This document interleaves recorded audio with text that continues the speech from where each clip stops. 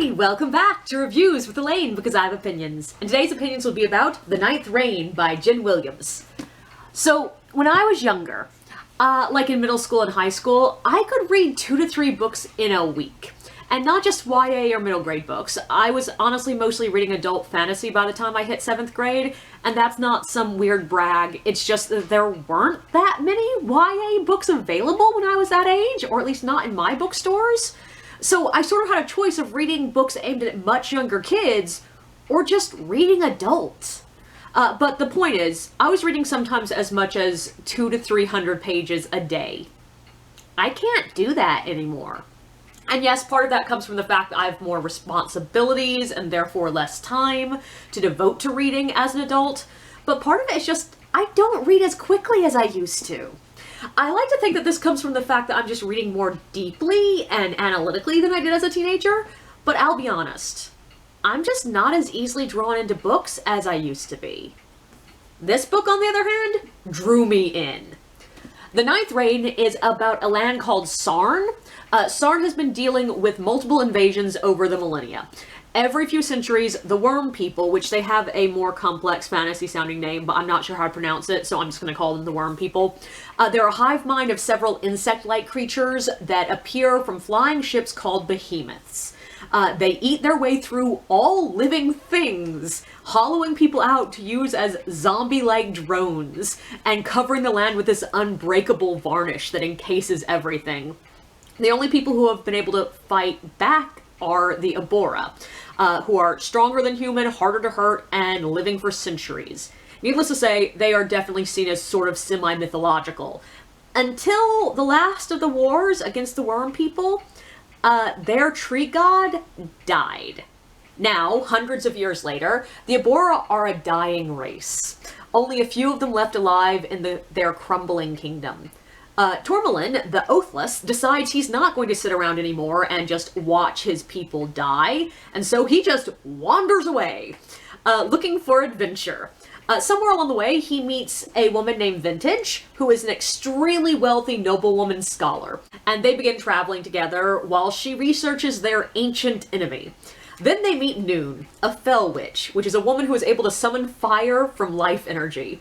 The three of them together may end up discovering secrets long forgotten or never even known about the Worm People. Information that they may need, considering all over Sarn, people are dreaming of the Worm People returning. And without the Abora to defend them, Sarn doesn't have much of a chance. Okay, so I acknowledge that was a really long synopsis for one of my videos, which makes sense, because we're talking about a classic high epic fantasy with this book. We are talking about a really complex world, and it's not a world that is in any way really cookie cutter. Like a lot of high epic fantasy worlds, they feel a little bit like we're just in Middle Earth with different place names. But there's a good bit new here. And a lot of it is so in-depth worked into the storyline that you sort of gotta talk about it. But also, with that incredibly complex world comes often a lot of purple prose. Just to warn you, I am about to go on a tangent about prose style. I did not officially read this book as part of the project I'm working on, where I'm reading a buttload of books that are possible comps for my manuscript in a desperate attempt to find the right one. This book is not part of that project, partially because it's just not new enough. Like, comps, generally, people agree they need to be within the last 5 years, and this book is 7 years old, I think, 6 or 7. But even though it was not officially part of this project, when I was reading it, yeah, it was in the back of my mind as a possibility.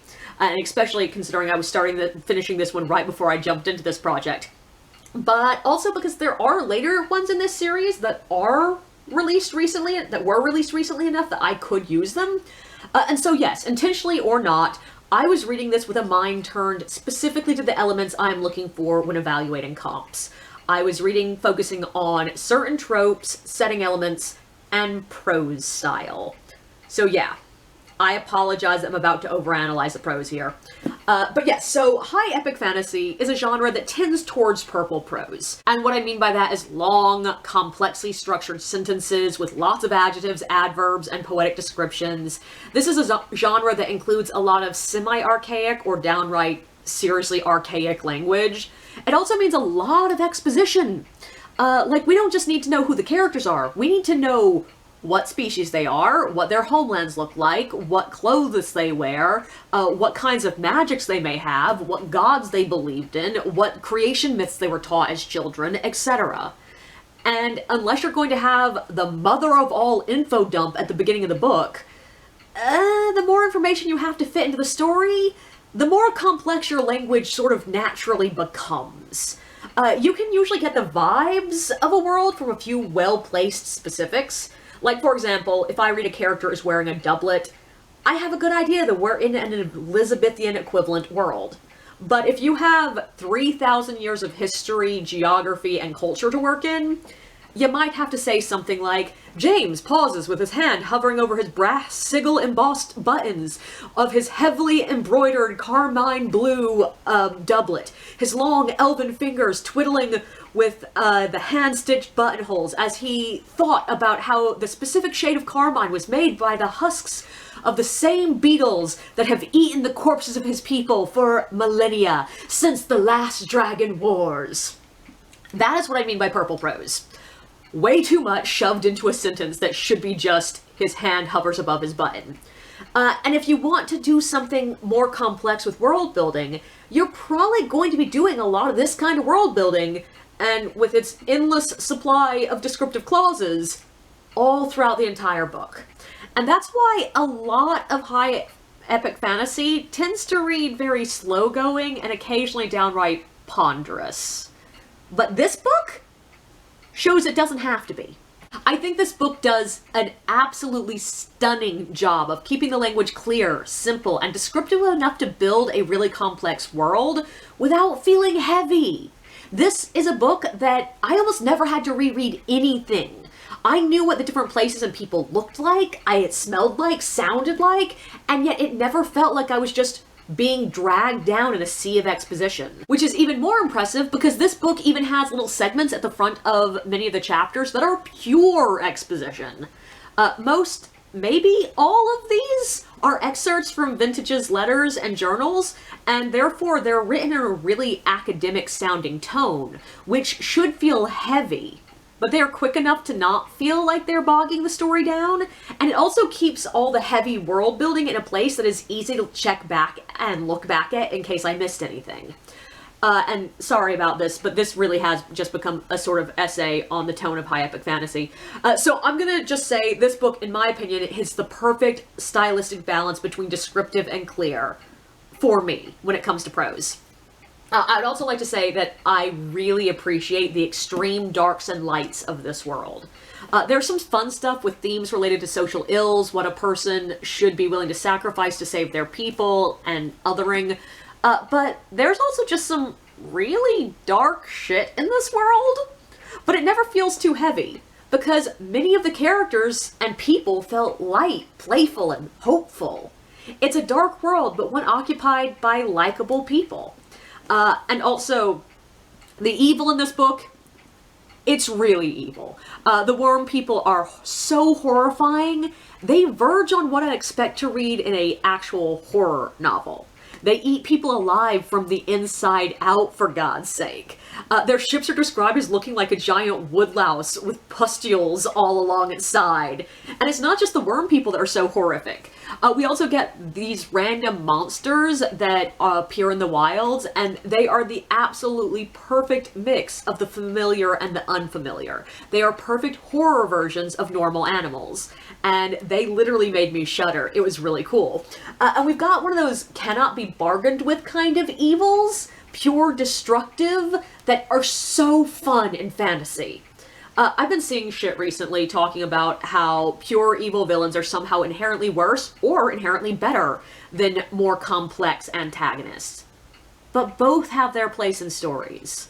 Yes, the complex antagonist can be said to be more realistic, teaching us that in the real world, people we are at odds with usually have their own reasons for doing what they're doing, and they may be dealing with their own problems, and they may even be in the right, and we just aren't seeing it because of our perspective. But that is an evil you cannot enjoy watching it lose. And sometimes when you're telling a story about people coming together to defeat a big bad, you need someone you can cheer seeing them defeated. And this is an evil that we can enjoy seeing burnt to the ground. This is an evil that feels looming, heavy, and terrifying. I love these characters too. Tourmaline is one of those characters that you might as well have been drawing him from a list of the shit I say I like in characters. He is arrogant, he's pretty, he's seemingly flippant and shallow, but he's secretly running from a dark past. And I love the way his relationship with Noon develops. Like, at the beginning it feels like it's going to be a pretty cookie-cutter, frenemies to lovers kind of storyline, but there's a lovely moment where everything begins to develop far more quickly in Dreams, and it works, and it's lovely, and it's special, and I just liked it a lot. Noon was also a character that just is the kind that I like. She's somewhat cold and bitchy, but also deeply broken. You'll notice the one thing I have in common, I love broken characters.